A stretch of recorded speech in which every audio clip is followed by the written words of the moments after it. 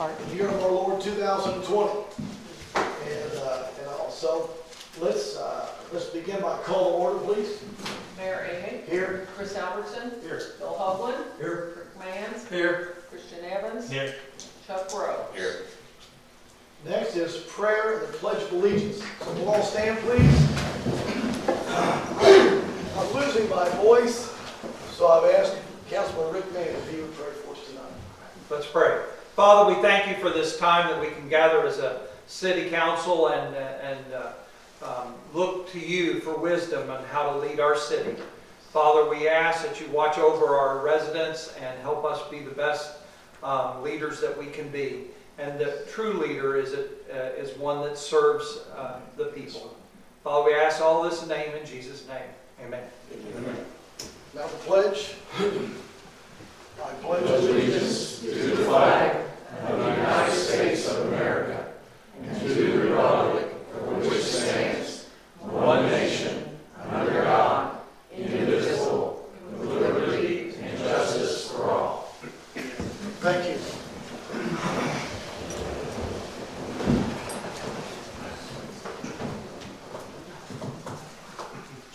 I don't know whether this will help or not.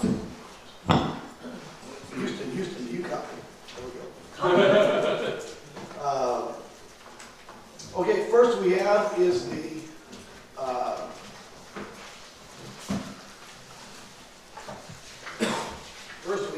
approval of the minutes of January the 27th meeting. If council's had time to look over the minutes, and we will take a motion to accept the minutes as presented, or if there are omissions.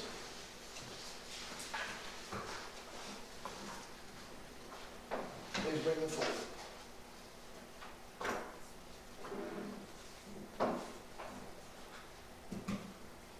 Motion to approve. I'll second.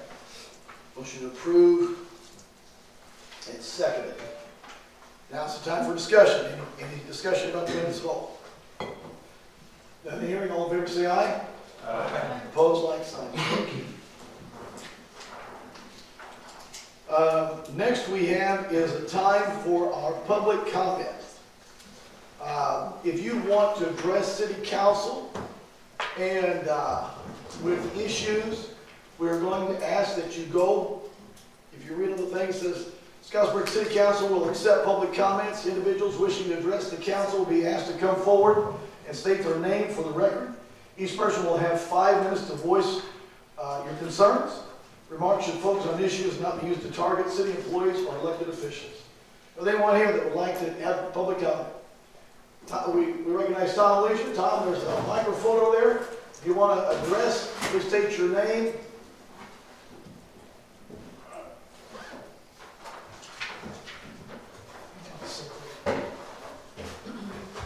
The table's not flat up there, so I'll set that here.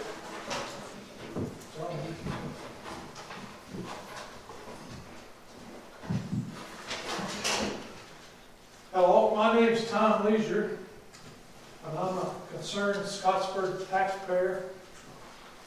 I've lived in Scottsburg for about 28 years. I'm married. I reside at Nicole Wayne in Scottsburg. I'm an Indiana University business graduate. And I've been retired for 18 years from 27-year accounting and human resource management. And because of my academic training and experience, I think that I have discovered a situation concerning our Scottsburg Employee Administration Program that needs to be identified, analyzed, and public corrected. My follow data, which is on my poster board too, is taken from last year, 2019, Public Indiana State Government Records. And looking at that data, we can see that last year, Scottsburg mayor had compensation of $83,966. Salem mayor at $53,860. That means that the Scottsburg mayor compensation of $83,996 was about $30,000. And I'll repeat that, $30,000 more than the Salem mayor.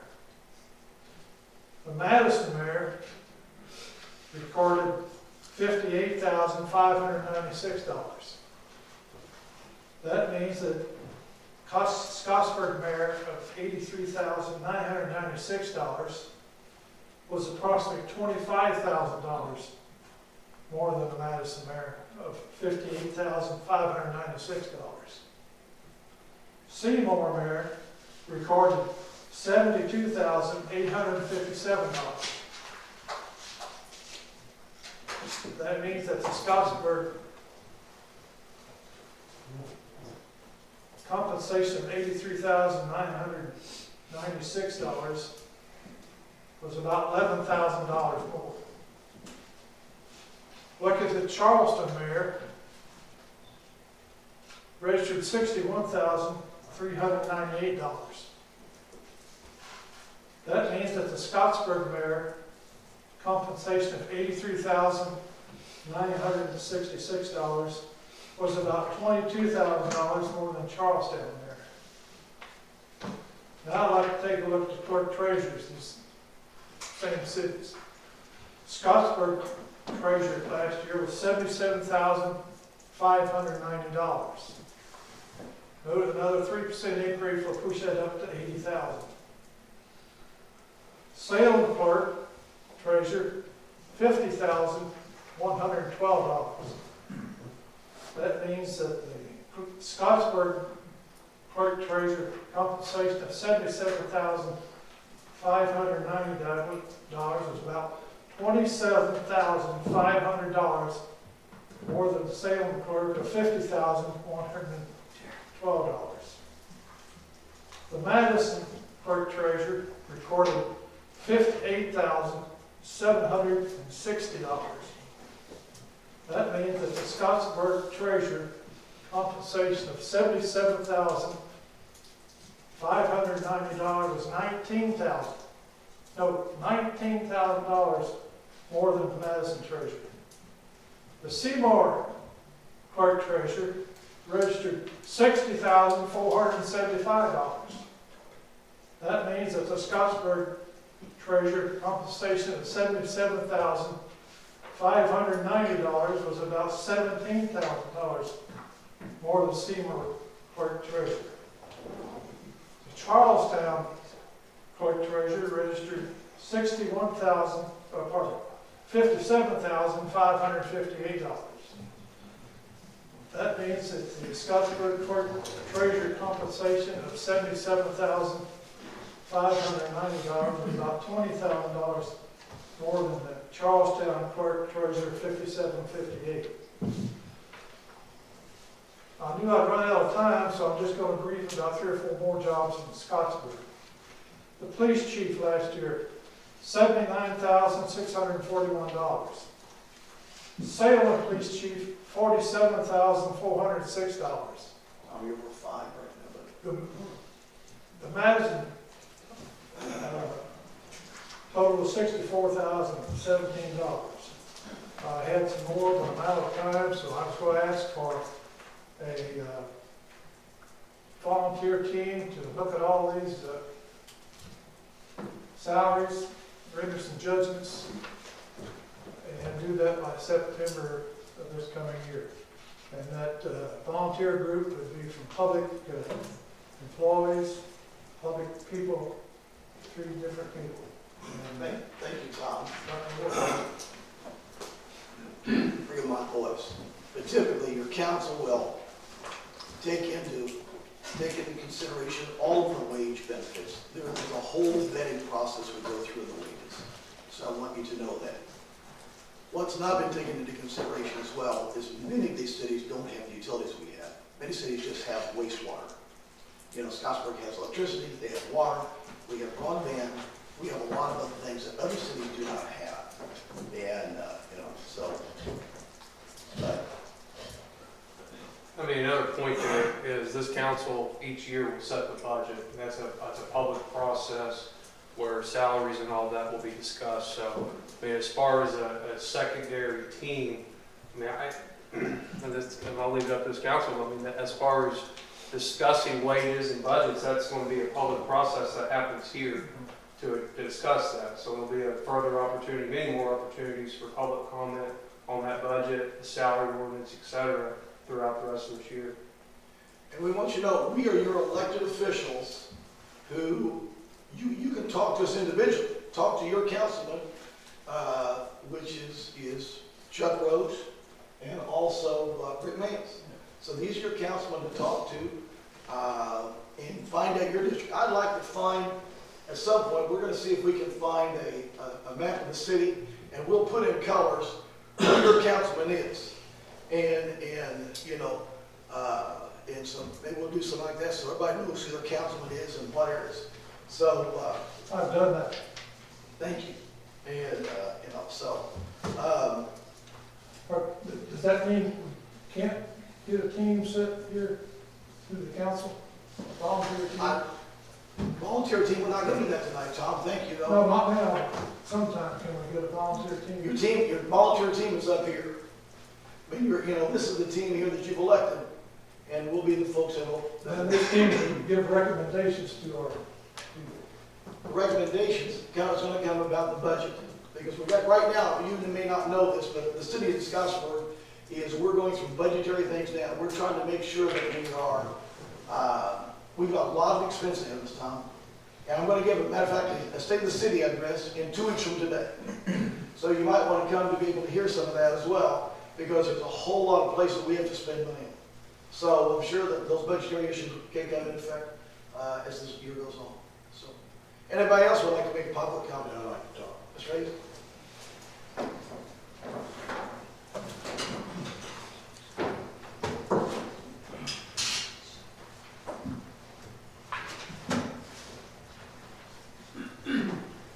I'm Perry Hayes. I live at 691 1 Street, Scottsburg. And I want to talk just a little bit about the city council. I went on Google, it says, okay, I need to find the job descriptions for the city council. Come up and said, the state says that management of the city of Scottsburg had not established an effective internal control system. Couldn't find any job descriptions. We, the citizens, need to know who, how, and when to contact our city councilman, not the mayor. Everybody says, if you got a problem, call the mayor. The mayor's got a lot of stuff to take care of, and the city councilman needs to help. We need a map. I think we just talked about that. We need a map of the councilman's district, and we need it color-coded, and we need names and contacts for, this gets a little bad because I don't know whether it's a district or whether it's a precinct. Precinct 1 is District 2, Precinct 3 is District 4, Precinct 3, I don't know how that become about, but a lot of people's talked to me about, I don't even know what precinct I'm in. I don't know what district I'm in. I know that I used to be in Precinct 4. That's District 3, I think. So it's confusing. They don't know. I keep telling people that if they got a problem, they need to work through the city council. And I know the city council is more than meeting twice a month and voting on whatever's on the agenda that was given to you on a Friday before the meeting. I mean, I think that's ridiculous. You've got to be more involved in that. And you've got to be more, I think, proactive rather than reactive. You've got to wait you don't want to wait for complaints from the citizens in order to look at a problem that's in your district. neighbors shouldn't be the ones telling on each other about trash in their yards. It's just going to cause fights, upset people about, my neighbor has told, the mayor told somebody that I've got trash in my yard and now they're coming after me. That should be, in my opinion, the city councilman's job. The city councilman is responsible for a certain district or precinct or whatever you want to call it, and they should be proactive about going around and seeing what the problem is in their district. And it shouldn't tell people to call the mayor on any problem that you've got. I mean, he's going to be burnt out in a month. He's fooling with the Mass Park, he's fooling with sewer systems, I don't know whether Bradley's went and taken all these pictures, and now it all comes back to the mayor. We need to change. I don't know who decides what's not good in your district, whether if three cars have been parked in a person's front yard for 3 days, or 3 months, or 2 years, is that acceptable? Somebody's got to decide, and I think that's the city councilman's job to decide what is acceptable for our city.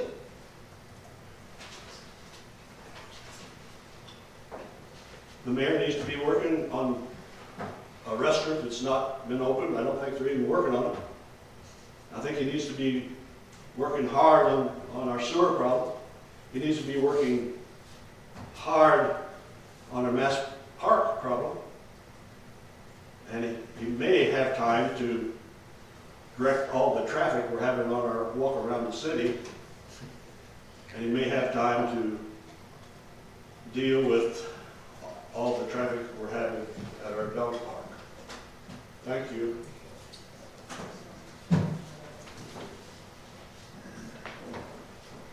Thank you. Thank you. Thank you. Sorry. Thank you. Other comments? Okay, if none, we're going to pass now the public comment time. First off, I'd like to recognize, we have 2 folks here tonight. I'd like to recognize Mayor Roger Hawkins, City of Austin. Roger, would you stand up, please?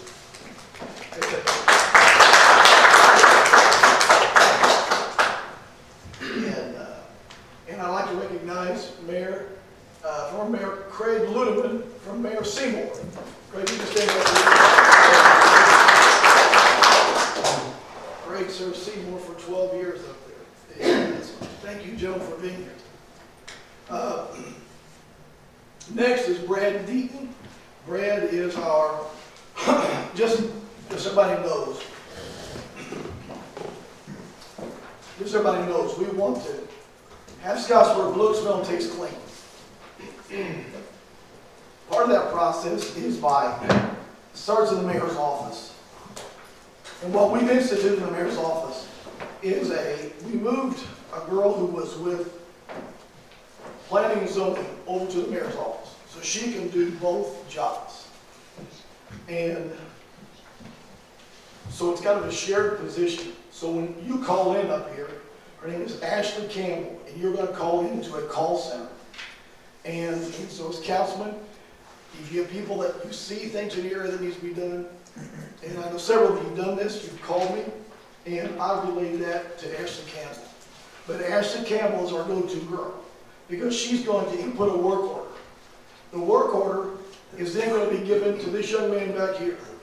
Brad, raise up your hand. There you go. Hey. He is our city inspector in code enforcement that is out here in the city. And again, this takes in everything. This takes in houses. This takes in abandoned cars. It takes in RVs that's been sitting there for 2 years. It takes in signage. Today he was out looking for, if you ever try to turn the corner and a whole end of your car drops off into one of the water breaks, he's been looking for those today. We are in the process of mapping out things that need to be done. houses that are out of code. We've already sent letters out on one of those. And again, they're going to be continuing going out. So we have, and we have enforcement teeth in this to make this happen. So I want you to know, Scottsburg is in the beginning stages of being cleaned up, and it will continue on. Brad is going to show you some pictures. Nothing like a picture, right? 1,000 words. Go ahead, Brad. All right, the first slide here is going to be new signage around the city. Mayor Ted Cox, and this is one thing he wanted to address. This is just a little example. This is the best one I could find was the Beechwood Park one. How bad it was, and then now we got the new sign up, so people can get to that park. But this is stop signs, street signs. It's even taking the poles out of the ground, straightening them up. We haven't got all the new stop signs in, but we'll be addressing that shortly. Our street department's done a great job going around and fixing these for us. That was the first thing I just wanted to show you guys. Wait just a minute, Brad. I'll go back to that one. Yep. I asked Brad, I said, son, I want to tell you, I'm a guy that likes to make sure the picture's straight, you know? And that's got a blue sign. Everything else is green. I said, what happened? He said, today, the park signs are all in blue. So didn't know that. So if you see a blue sign, and you say, well, why did you put a blue sign instead of green? That's why. So just, heads up. Thank you, buddy. You're welcome. This is just some projects that the street department's accomplished. This is Bellevue Drive. You're going to see a lot of these pictures on here are actually from our council who have called in with citizens' concerns and that we went out and addressed, and I appreciate you guys for doing that. Would you explain what happened there, Brad?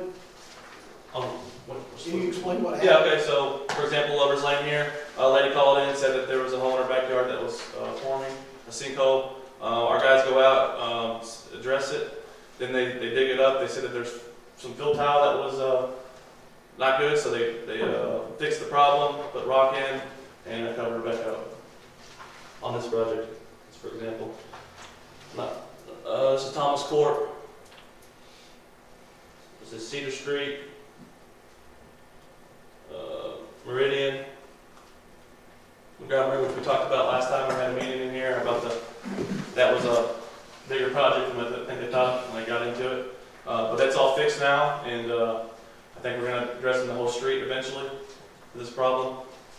We've got pipe ordered for the whole street, increasing from 10 inches to 24. This one was from, we got a call Friday from Mr. Mannings.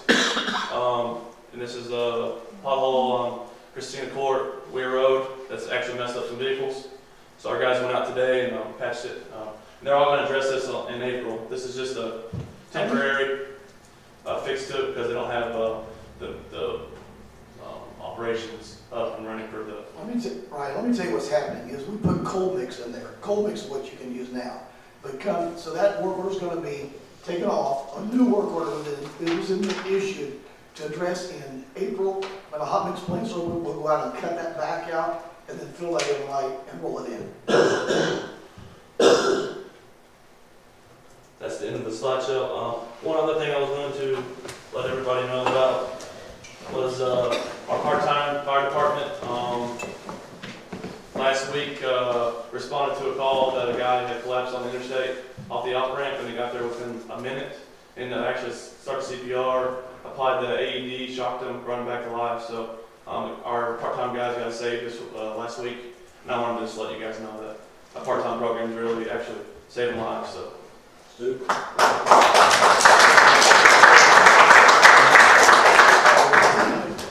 Was that not going on I-65 just as you're going down there? Yes. Who's blocking all that over? Yeah, he said his wife said he got dizzy and then he was pulling over, and she said, "Do you want me to drive?" They're going from North Carolina from their daughter's house to Illinois back to home.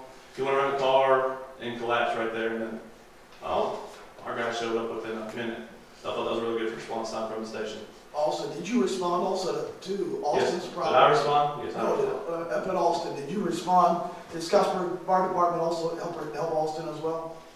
With the train Yeah, wreck, with the yes, they train. did. Yeah, they actually wrecked one of their trucks on the way there, so then they had ninja assistance. So we actually loaned them a truck after that too. Folks, I want you to know Scottsburg and Austin are going to work hand in hand. We want to be there to help them, and they'll be there to help us as well. Yeah, actually, just got a text message about a training that Morgan's Foods is going to do, and they invited all of us as well to go down because if something is going to go on there, it's going to probably be major, and they want us to be aware of the facility as well. Did that call come through 911? Yes, it sure did. Dispatch. Okay. Yep. So you gotta call in, and then there's a certain time frame you can, if you don't start on somebody, that they can, go brain dead and stuff, so. Yeah. I thought the fast response really, did a good job, and the family was very grateful for us and Oh, yeah. for being there. And I just wanna know the part-time did a great job on that, so. And that's really good coming through 911 to Yes. you and then responding to Yeah. that. So, Wow, that's good work. Fortunately, they were just about a minute away. You know, the fire department at Walmart Yeah. hit the blue lights to be there, because they right on that going on I-65 north. Yep. So, But everybody had to hit their number in order to get there that quick. and I know we're trained to do that, but it's just to see the training go through and, these guys actually perform it. It's just want to give those guys a shout out for doing that, and did a great job. amen, amen. And that's all I have. Thank you very much.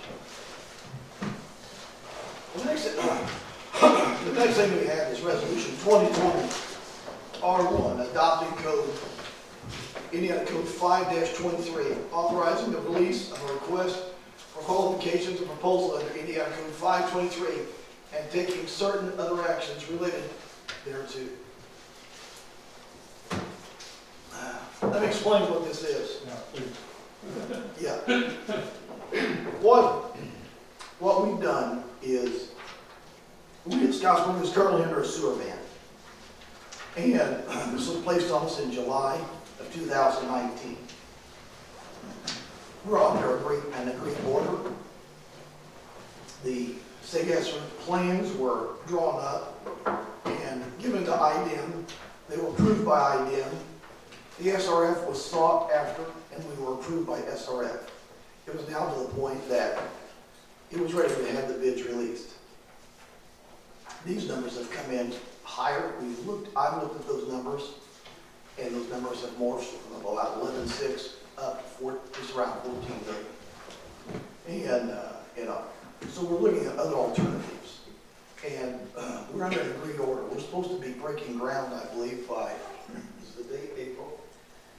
We were supposed to have Bids in April, I believe, yeah. bids in by April or May. And with what we're proposing now, we can go forward. So with this, we're bringing in a company that is going to take over a lot of that process, put these bids forth next week, solicit bids next week. When I say the solicit bids next week, get this in here so we can have bid approvals and be breaking ground here early summer. So my goal is January to June 1st is to break ground. Terry, is your mic on? It is. I can turn it off, but that's all. I'm sorry. My voice is just not there tonight. I apologize. But with this plan, Craig Ludeman was kind enough to come here. Craig has used this company at Seymour on multiple things. Craig, would you mind to come up as well? And here are 60 different projects that this company has done for other cities. So we're not the first one using it. The mayor asked me just to come and if I would be available to come, so I did. We use this process for a park project in Seymour. I don't know if you've been through Seymour lately. Highway 50, there's a park right in the middle of downtown.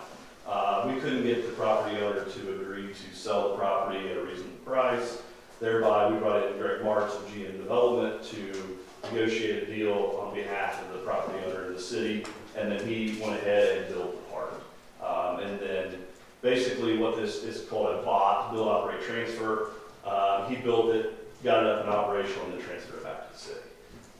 It does allow some freedoms that you might not have. You know, one of the things on the way home, or the way up here, I was thinking about was, you can pass this, you don't have to use it if you don't want to, you just have it. Once it's available, it's available from then on. So you're not hurting yourself one way or the other. If you decide to pass it, you just have it on your books. If you decide not to use it, you don't use it. One of the things we liked about it in Seymour was the no change order part. GM Development is in charge fully of all change orders. If they have a change order and it goes over what the agreed budget was, you don't see that as a city. That was the big thing for me, that why I selected that. I don't know if that helps or hurts, or if you guys have any questions as far as this resolution goes? Is, you know, as far as change orders, that's where a lot of your expense comes in. So once this is agreed upon, that number's locked in. You're gonna pay exactly that. And, you know, the other thing is, we don't have to issue bonds. So there can be a massive savings there in not issuing bonds. We can go to whatever bank, Scott County Bank or New Orleans Bank or whatever bank we want to go to, get the best rate. And there's no prepayment penalty. We're not paying bond costs. We're not paying attorney's fees. We're not having to put down a year's payment back and collect no interest on it for 20 years. You know, so I want you to see the positive things of this. To me, this is the fastest way to get to where we need to get going. So, thank you, Craig. I appreciate it. Here's 64 properties. If you want to see these, they're here for you to look at. If you want to see those. The New Albany mayor has used this company. Craig has used this company, and here's 64 more that use them as well. So, the dynamic has probably changed a little bit. We're trying to get something that is affordable. And we have a sequence batch reactor plant now. We have 3 reactors. What I've seen is we can double that. The Sagasser plan was proposing a 2 million gallon per day plant. With 3 more reactors, it's going to boost us to 2.7 million gallons per day. And, you know, with an estimated cost of around $8 million. Now, here's the next other question you need to know, is that the grant, or the EDA grant, is still viable. Let me get back to, Jessica was kind enough, you do have that information, can you read it? Nicholas Creevy with River Hills is who we've been speaking with on the EDA grant, because they are our representative on that. And per mine and his conversation earlier today in regards to this RFQ, he said he spoke with the EDA rep regarding the proposed timeline. If the city goes with local funding through an RFQ process, he believes that we can still get he believes that if we can get a funding commitment by the end of May, we should still be in good shape for funding with this year's allocation. He did note that usually starting in May, remaining EDA funds begin to dwindle. He would keep us updated on the availability of funding if we go this route. If the funds are dispersed prior to our commitment and award, they will not be available for the city with this year's allocation. However, next year's funding should become available in October 2020. So this would not mess with our EDA grant if we get the funding in place by the end of May. So that's really good news. So the $8 million could morph down to 4.7. You know what that's going to do for the rates for our customers? This will be awesome. So I want you to see that. So, you know, so time is of an essence and trying to get this thing, get it going is of an essence. So this is what we've been spending basically the first month on. We've probably talked to 15 different engineering companies and tried to go through all this as well. So, questions from council? So basically, increasing our capacity almost double. We'll be increasing capacity double, but also, we're also looking in, we purchased 45 acres this last year. In those 45 acres, we can actually put what I call a lagoon. The jargon is really an equalization ditch. And you take about 4 to 8 acres and you can park somewhere between 6 and 8 million gallons of water there. So that's a possibility, because we've got to get, because our hydraulics, in other words, our collection system is in such rough condition right now, we need time to get that complete. And no matter what, we'll never have it all complete, because we can't handle the laterals. In other words, the lateral coming out of Lynn Hayes' house or Tom Leisure's house, we're attacking what they're plugging into, that ancillary line, which is going to go into a main line. We're attacking the ancillary and the main line. We're not going on the homeowner's property and correcting their issue. So we're always going to have issues there. What I'm trying to have Brad look for as well is downspouts going into our sewer system. What I'm also looking for is basements going into our system. So if you've got a sump pump going into a Our sanitary sewer, you can't do that. I want you to know that. So we're looking to say, please don't do that.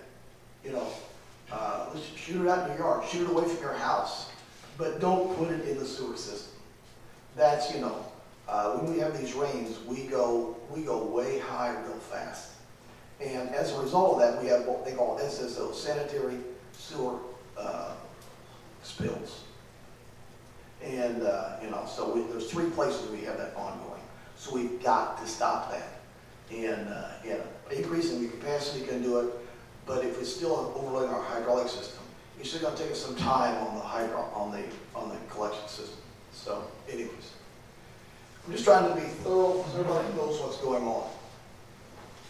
Questions from council?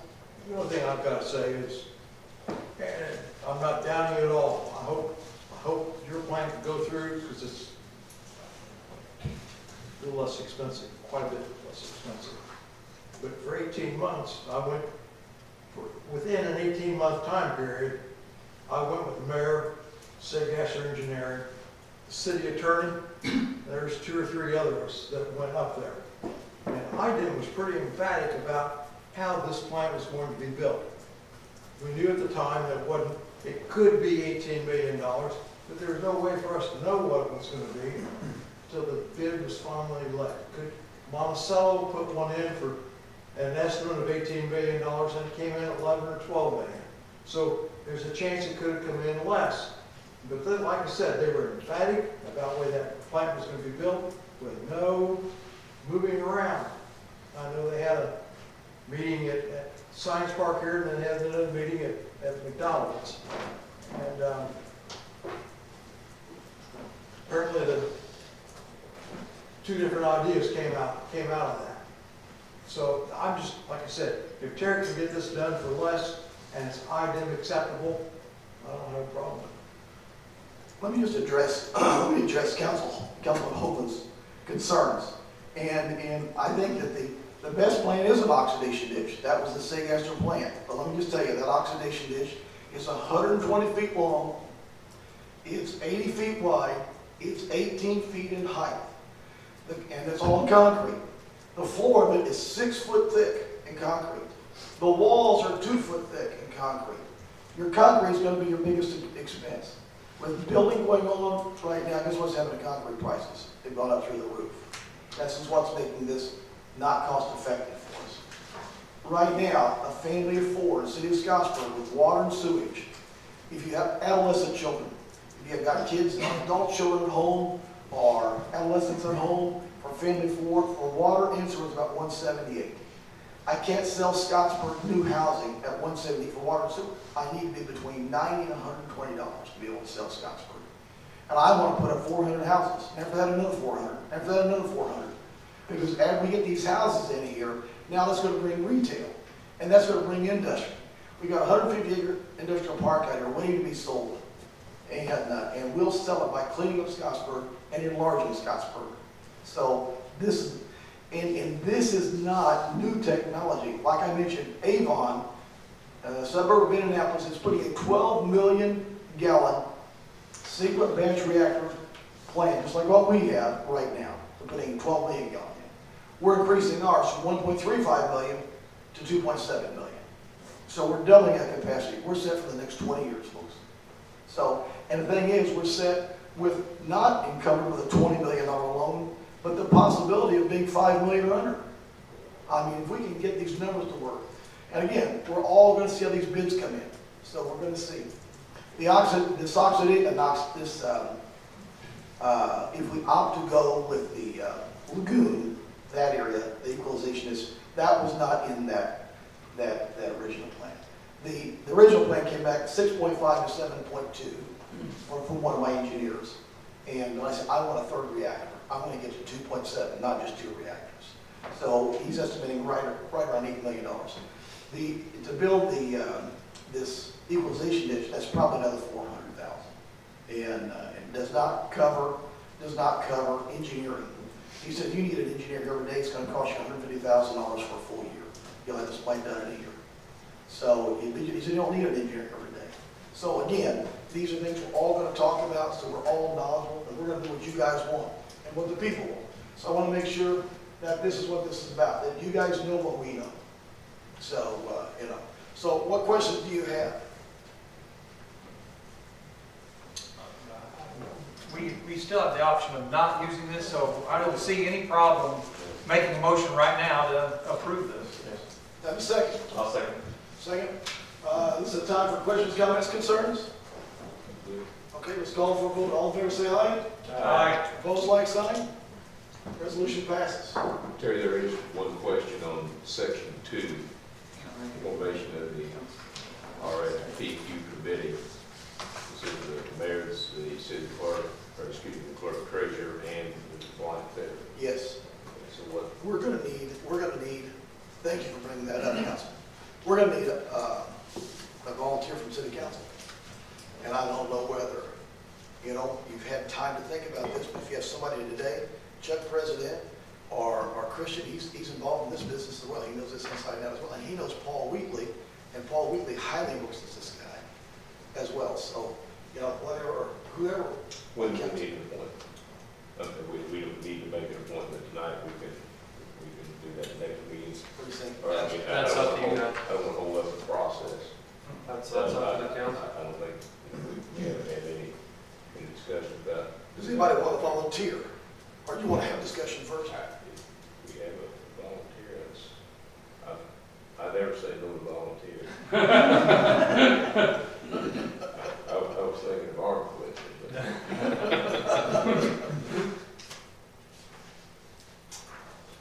Why are we all looking at Christian? I was ready to go. Absolutely, I'll take that on for sure. If that's okay with council. I think with your experience, yeah. That's all I need. Christian is in there. Yeah. And just so council knows, when Chuck mentioned he didn't want to slow down the process, the next step will be to advertise 2 weeks in the Huddersfield Times. I will get that to them, and it will be in there for the next 2 Wednesdays, and then the proposals will have to be into Terry's office by March the 7th, March the 4th, something. Let me look. You have a timeline on the back of your packet. Did you see that? Will that timeline meet the EDA grant It is. requirements? Because to me, that's the message I've heard lately. And let me tell you this. March the 4th, I'm sorry, March the 4th is when the proposals will have to be in. I'm in contact with IDM, and I'm contacting Brownstown, not every week, but probably every other week. I talked to the enforcement officer, Samantha Gross, week before last, and let her know what we are going forward, or early last week, yeah.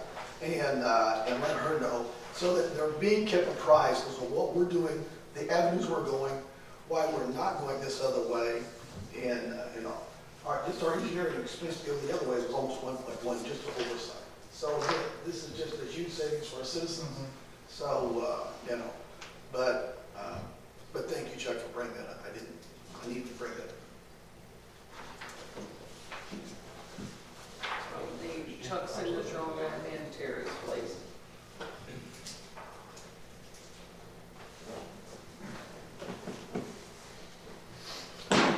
Okay, the next thing we have is Resolution 2020 R-R-2- which is a resolution appointing a new commissioner to the Indiana Municipal Power Agency.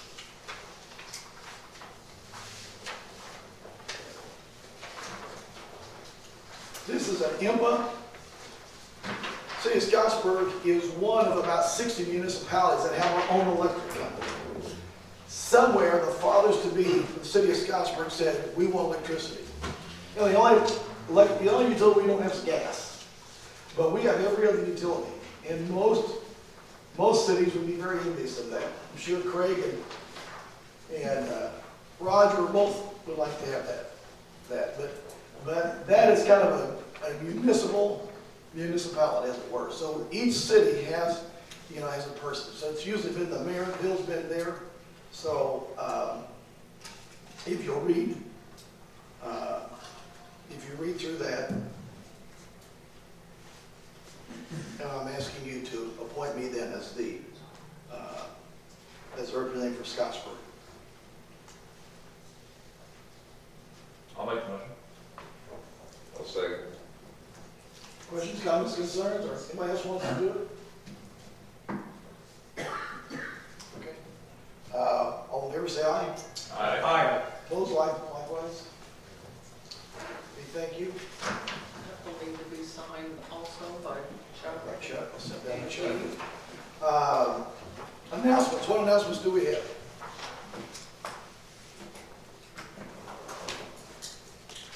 No announcements? Okay. Do we have, I may mess up on this one. Do we have a motion then to adjourn? I'll make the motion. Chuck makes the motion. Adjourn.